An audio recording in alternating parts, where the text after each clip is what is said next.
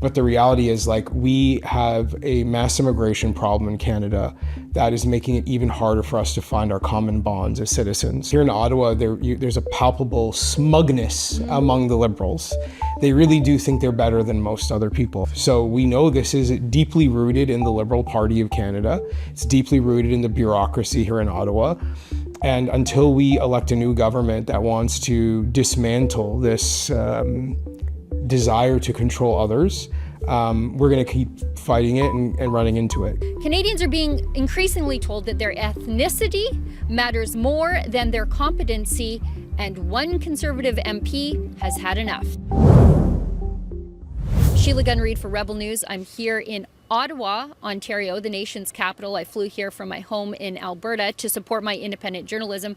Please visit rebelfieldreports.com. Now, I am here today to meet with Conservative MP Jamil Javani. He has recently announced a task force to end Liberal racism. Now, that's how he describes federal government hiring policies that focus on DEI, diversity, equity, and inclusion, over meritocracy.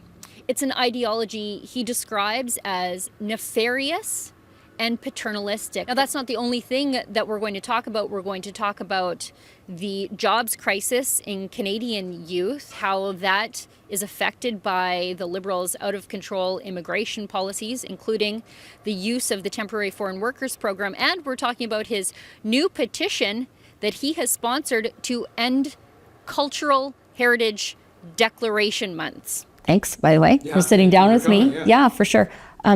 I wanted to talk to you about a phrase that you use a lot, and that is liberal racism. How do you define that? Well, liberal racism is the same kind of ancient racism, bigotry, prejudice, discrimination that most people think of when they think of racism. But these days, it's often dressed up as a progressive idea. So when I say liberal racism, I'm trying to remind people that, 50 years ago when they wouldn't hire a person because of their skin color, and we look back at that and say that was wrong, that's still happening today and it's still wrong. And we call it liberal racism to remind them that these policies are being presented as if there's something new, but really it's the same old kind of ancient bigotries that people have been fighting against for a long time, and we have to keep fighting against them. So how did we get so far from judging a person on the content of their character or their meritocracy versus the color of their skin? Like, how did we end up here?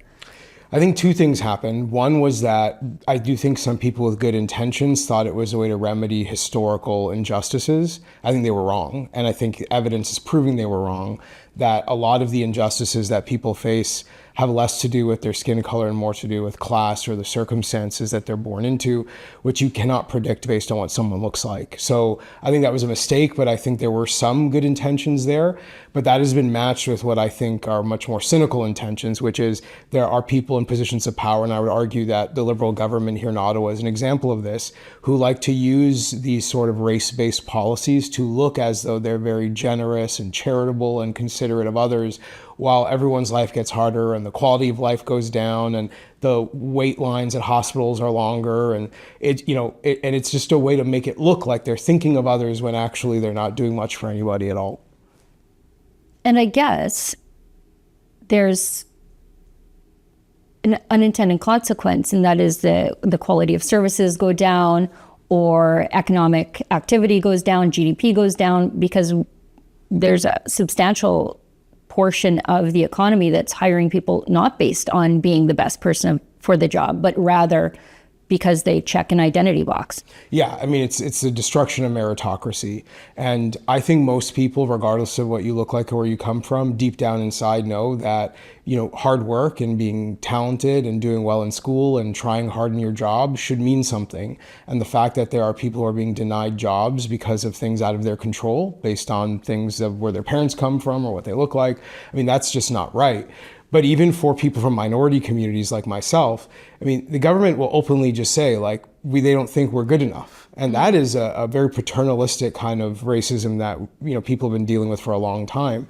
And I think the idea that we're supposed to think that that's a compliment or that's a good thing, I mean, when the government literally will say, in writing, they do not hire the most qualified candidate because they believe you cannot find the most qualified candidate from minority communities, that is not something a government should be comfortable saying to the public. And yet they say it openly as if it's something we should all accept and just take on the chin. Now, you said that the government has said that in writing. Can you give us an example of that? Yeah, so we submitted an order paper question to the government asking them for information on their DEI policies. They sent us like a 60-page response from all the different departments across the federal government. And in multiple instances, they say they do not hire based on most qualified candidate. That is a phrase they use in their response to us. They also show a series of diversity targets based on race and quotas, basically admitting to us that they are doing a whole social engineering project where they want to track. They even have demographic data dashboards to track the race of employees in the federal government. The Department of Justice admitted to assigning their employees special codes based on race so they could track where they are in the organization in terms of their promotions. Like, it's a real creepy desire to control other people and to decide based on a very superficial assessment of another human being what kind of job you should have or how far you should get in your career. It's not good, and it sounds crazy because it is crazy, and people need to be calling it out. Now, you've proposed a solution, or at least an examination of this. I would describe it as a pernicious ideology that ranks people based on their skin color or ethnicity rather than their competency. What do you plan to do about this? So we have started a new parliamentary task force made up of MPs who share these concerns. There's a founding group of us: Jacob Mantle, Shuv Majumdar, Andrew Lawton, Matt Strauss, and Arnold Viersen. So we're going to be holding our first study, very similar to how committees operate. We're going to invite expert witnesses to come in and share their ideas and concerns and experiences. And the goal is to start to map out what would it look like to actually change this, because a lot of the time people think it's purely cultural, and it is a cultural issue, but there are specific policies that can be dismantled. There are amendments to legislation like the Employment Equity Act that I think need to be done, and we want to map that out. What would it look like to restore meritocracy in Canada and meritocracy in the federal government? And that's what we're going to answer. Are you getting any Liberals who are interested in this? Well, we held a social event last fall to end Liberal racism and invited all the Liberal MPs. 3 of them RSVP'd, but we think were discouraged from attending. But we did get some Liberal staffers, because I do think a lot of young people, it's an interesting observation, a lot of young people, including Liberal young people who grew up in diverse communities, they went to high school, people who look like everybody, right? They just don't share the same weird worldview that, Mark Carney might have. And so I think they're more open-minded to an alternative way of thinking about these things. So we had some staffers show up, which was interesting to talk with them about it. We will be inviting Liberal MPs to be part of the task force.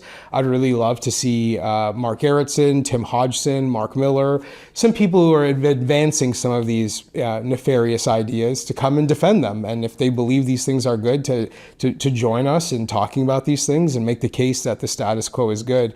I don't think they will take us up on the offer, but they will certainly have an offer sent to them. I want to go back to something you said a couple of questions ago about how the idea of DEI is paternalistic. Can you just expand on that? Yeah, I mean, look, I believe that most people need to be encouraged and told that they can work hard and do well, and that people need to have life spoken into them. When you look at a person and say you can't succeed because of history or because of your physical features or because of your country of origin, it is the definition of paternalism, because it's basically saying to someone, you can't do this but for our help. And that is the Liberal government's mentality in many ways, is that people can't do well unless they decide you can do well. Unless they reach out to you and pull you up, you have no ability to climb up on your own. So in the context of DEI, that's happening, in terms of, racial groups. But it happens in our economy all the time. They try to condition, the small business owner and the entrepreneur that their programs are going to be why you succeed, and not because of your grit or your ideas. And I really believe they want to position themselves as saviors to people on a broad range of issues, and to make us feel like we just don't have the power to do things for ourselves. And it's a very corrosive way of thinking about the role of government in a society. But the common thread between things like DEI, or what we see with the desire to control speech or control what people can see on the internet, is this sense that they are the ones who are going to decide what succeeds in Canada and what doesn't. And they expect us all to just accept that. And I don't think that's what a free country looks like. Now, is your goal with this task force to fix the federal government policies, or does it go beyond that to, a broader Canadian culture sea change? I mean, I saw this morning that in the Yukon, they have race-based parking stalls at the hospitals. You routinely see the CBC's hiring practices saying that they want, someone from a certain ethnicity or even a certain sexual minority. And so I guess, are your efforts targeted specifically at the federal government agencies, or more broadly? Yeah, we are taking a broader look. Certainly, the federal government has a tremendous amount of influence over other industries and other areas of our country, because they regulate so many industries, and they can mandate or incentivize people to adopt these sorts of policies. So we think fixing it in the federal government will have very positive effects and cascading effects elsewhere. But the examples you gave are good examples of where this is it's a deeper problem than just federal government hiring. It affects healthcare, the education system, and I think that in an ideal world, we have both a shift in policy here in Ottawa, but also a cultural shift, right? And if we can set the tone here in Ottawa that you should call this out, you should challenge it. Every organization that has these sorts of things is made up of people who know this stuff is wrong, and our hope is that we can just inspire some courage to push back. Now, I want to talk to you about a petition that you are sponsoring about an end to these cultural heritage declarations. Yes. Tell us about that. Yeah. So, look, there's a perpetual problem here in the federal government.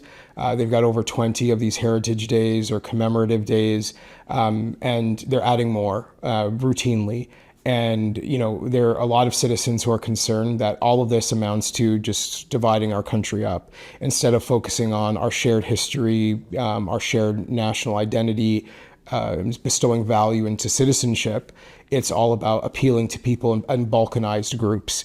So I was approached by some Canadians who were like, hey, this is, needs to be changed. Would you sponsor this? And I said, absolutely, because I think it's a conversation that needs to be had. I understand that it is sensitive for people, because many people view these heritage days as acknowledgement of their culture or where their parents come from. But the reality is, we have a mass immigration problem in Canada that is making it even harder for us to find our common bonds as citizens. And if we want to assimilate people into this country, that we can stand together and that we have a clear vision of where we're going as people, we need to be able to invest in the things that make us the same, not the things that make us different. And I think our shared history, the founding nations of this country, English and French, the tradition of common law, the idea that people for generations have come here and been able to find a better life and offer their children a better life than they had. These are the things that make Canada special. And the petition is sort of reminding people that that's what we should be honoring as a federal government. People are free to celebrate whatever they want, but the purpose of government is to actually have a unified vision for the country. That's not what these days help us do. I know that. You know that. And I think a lot of people, I think the majority of people know that these cultural declarations or DEI, they're divisive. It alienates people from the broader Canadian culture. Why do you think so few people are able to stand up and say that? Well, I think it's because people are worried that they don't want to offend others, right? I mean, we're Canadians, we like to be polite, we don't want to be offensive, and I think there's a sense of, you don't want to pick a fight with your neighbor, you don't want to pick a fight with your friend, your family member. But I think what I would encourage people to see is that this is not really about pointing a finger at any of those groups. This is about reminding us what the purpose of our government is. And I think if we want to have a unified direction as a country, we are going to need to draw some lines at some point. We are an increasingly diverse nation made up of people from all over the world.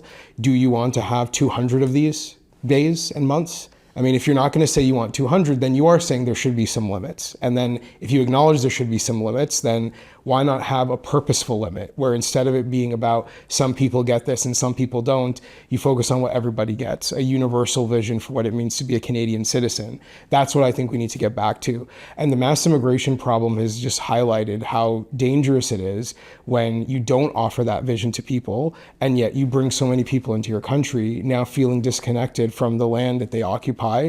And you're saying, okay, well, I hear from people all the time say, I want to be a Canadian, I don't know how to be. And the federal government's not trying to answer that. The federal government is instead saying to them, no, you don't need to be a Canadian. Just keep the identity you came here with, operate on your own, and as long as you vote Liberal, everything's fine. That's not a healthy country. Now, one of the things that I know you've been very vocal about is the impact of mass immigration on youth unemployment and the impact of the culture on young men. Yeah. What is your solution for both of those things? I think there's just probably one thing that the federal government could do to make both of those things better. But what is your solution? Well, in terms of the mass immigration, one, we need drastically lower numbers. Carney will lower them from where Trudeau had them and say that he did a good job. It's still not low enough. I mean, that's the reality. And we also need to be able to remove people who shouldn't be here. The government admits in their own data that there's over 1 million people in the last year whose visas have expired. When we ask them, have they left? They can't even tell us. They're not even tracking that. So the immigration system needs significant changes. It's rotten at the moment. In terms of what we do for our young people, certainly investments in the appropriate training is important. We have a lot of need for trades workers, and we need young Canadians to know what the pathways to those opportunities look like. And we need investments, mostly from the private sector, but also from the public sector, to create projects that those trades workers can work on. But I also would like to see a complete change in how drug policy is done in this country. A lot of young men who go through tough times wind up turning to drugs. And the reality is the government is subsidizing drug addiction with all this safe supply, so-called safe supply stuff that they're putting out, and we need more recovery services for people who are battling addiction. I don't think it's very complicated, but it will take a lot of work, and we need to be committed to doing the work. Right now, what I always like to remind people of is every time you hear someone say that don't worry about young Canadians, we can bring labor in from outside of the country, what they're saying is you can separate the health of a country from the young people who live in it. And that is a dangerous mix, because when you do that, you can see the life of young people get worse while GDP goes up, and they think that that's a healthy future, and it's just not. One of the things that affects the mental health of young men the most is economic problems. And I feel the Liberal government is really exacerbating mental health problems for young men by mass immigration and unemploying a generation of young people.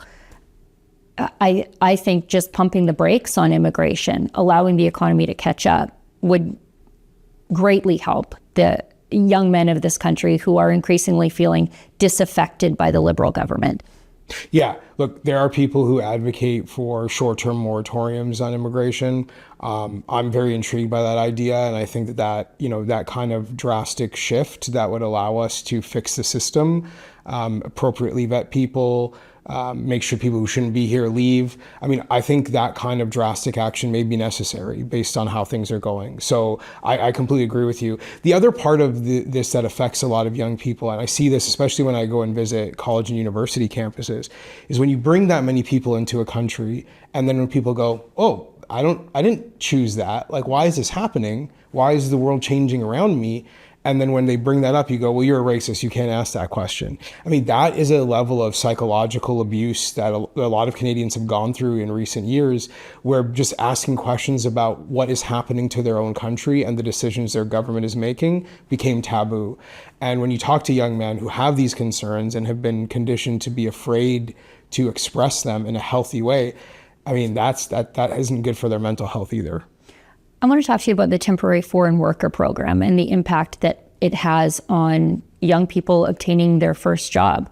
I'm concerned about the economic impacts 20 years out when we have a generation of young people who don't really know how to work.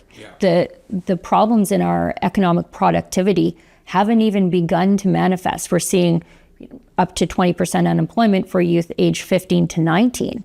But when you have those people 20 years from now not working, what does that do to our country?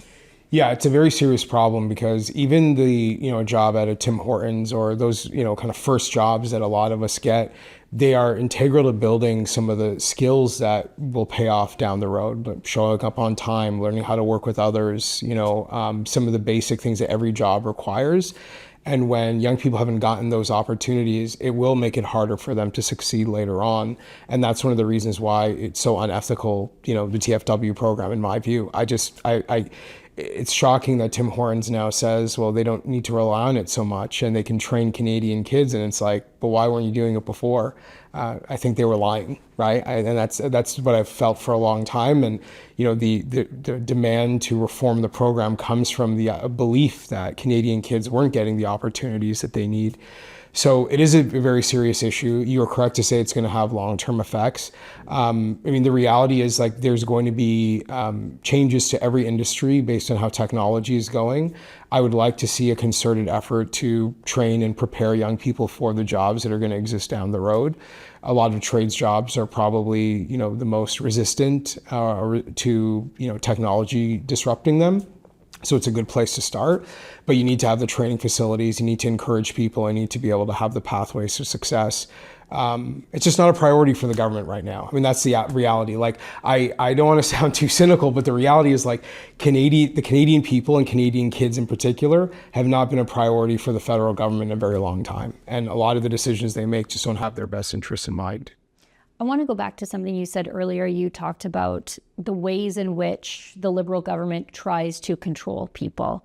And we're seeing this through their social media ban on kids under 16, which would require adults to divulge their age.